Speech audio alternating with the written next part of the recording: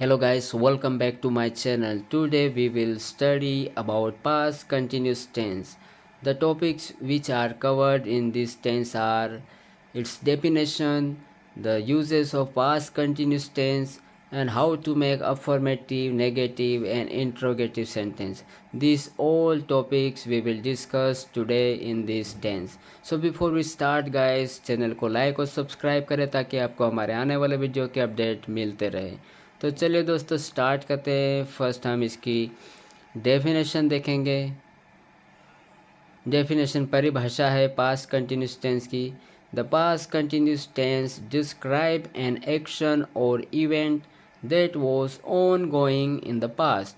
मतलब बीते हुए समय से जो काम चल रहा था या बीते हुए समय से जो भी काम चलता आ रहा था उसको बताने के लिए हम पास्ट कंटिन्यूस टेंस का प्रयोग करेंगे। हिंदी में भी इसका थोड़ा और डिटेल में जान लेते हैं जिससे आपको अच्छे से और समझ में आ जाए। जब कोई काम या क्रिया बीते हुए समय में जारी हो या काम बीते हुए समय में चल रहा था उसको बताने के लिए हम पास्ट कंटिन्यूस टेंस का प्रयोग करेंगे।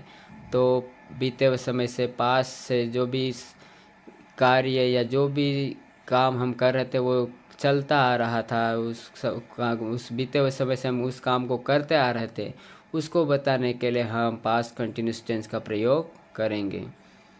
अब दोस्तों हम इसका पहचान भी देख लेते हैं कि पास्ट कंटिन्यूस टेंस की पहचान क्या होती है।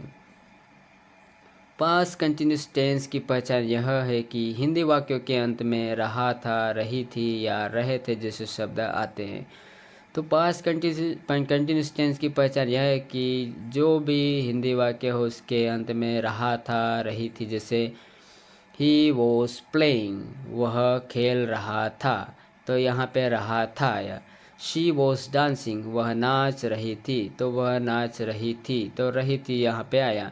तो जिस किसी भी वाक्य के अंत में रहा था, रही थी या रहे थे जैसे शब्द आते हैं वहाँ पे हम पास्ट कंटिन्यूस टेंस का प्रयोग करेंगे। कुछ एग्जाम्पल देख लेते हैं दोस्तों इसके, जिससे आपको और अच्छे से समझ में आ जाए। एग्जाम्पल से she was reading a book वह एक किताब पढ़ रही थी। Second, you were shouting in the class आप कक्षा में चिल्ला रहे थे। Third, Milan was playing football Milan football खेल रहा था। तो जहाँ भी रहा था, रहे थे, रही थी जैसे शब्द आएंगे तो वो पास्ट कंटिन्यूस टेंस का वाक्य होगा दोस्तों। और यहाँ पे आप देखेंगे वॉज और वर का प्रयोग किया है, ये दोनों हेल्पिंग वर्ब है, सहायक क्रियाएं हैं। तो वॉज का प्रयोग हम किसके साथ करेंगे और वर का प्रयोग किसके साथ करेंगे यह आगे देखेंगे हम। वॉज वर्सेस वर, वॉज और वर में किसका प्रयोग किसके साथ करेंगे यह देखेंगे। Was is used with singular subject I, he, she, it plus name. तो जो भी एक वचन शब्द है, सब्जेक्ट है, उनके साथ में हम वॉज का प्रयोग करेंगे। जैसे I was, he was, she was, it was, और जो भी नेम है राम वॉज, राहुल वॉज। तो सिंगुलर सब्जेक्ट के साथ में हम वॉज का प्रयोग करेंगे। और जो प्लूरल बहुवचन सब्जेक्ट है जैसे यू, वी, दे और नेम्स, उनके साथ में हम वर का प्रयोग करेंगे।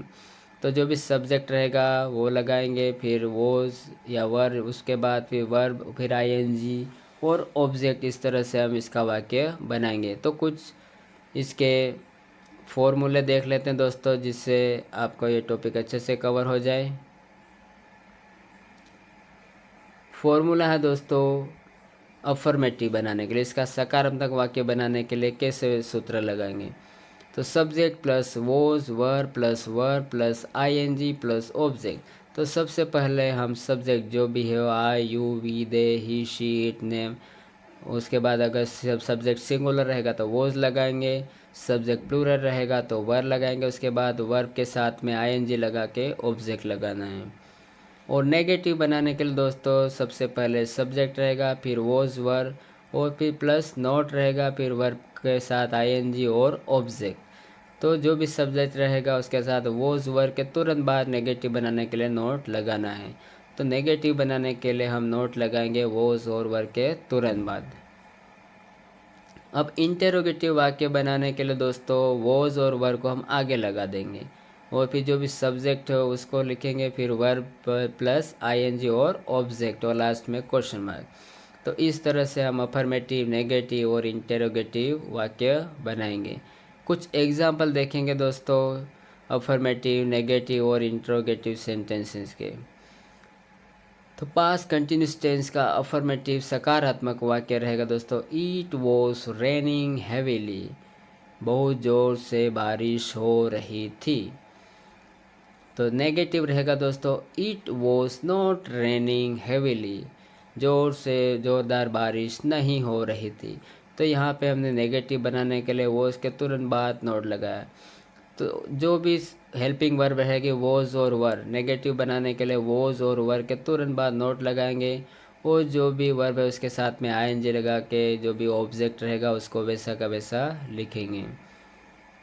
अब दोस्तों इसका इंटेरोगेटिव प्रश्नवाचक हमने बनाया, वॉज इट रेनिंग हेवीली, क्या ज़ोरदार बारिश हो रही थी। तो यहाँ पे हमने क्वेश्चन बनाने के लिए वॉज को आगे लगा दिया, फिर सब्जेक्ट, फिर वर्ब के साथ आईएनजी लगा के जो भी ऑब्जेक्ट हो वैसा का वैसा लिखेंगे।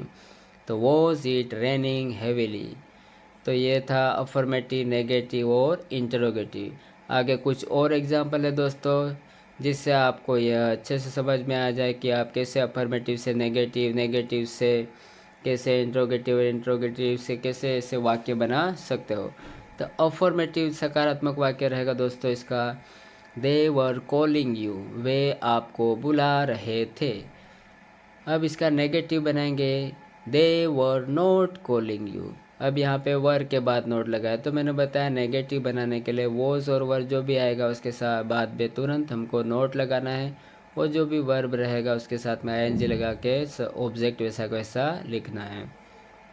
तो इसका नेगेटिव हो गया, दे वर नॉट कॉलिंग यू, वे आपको नहीं बुला रहे थे।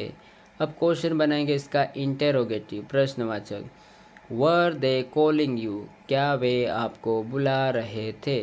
तो यहाँ पे क्वेश्चन बनाने के लिए हमने वर को आगे लगा दिया, फिर सब्जेक्ट, फिर वर्ब, आईएनजी और फिर ऑब्जेक्ट लगा दिया।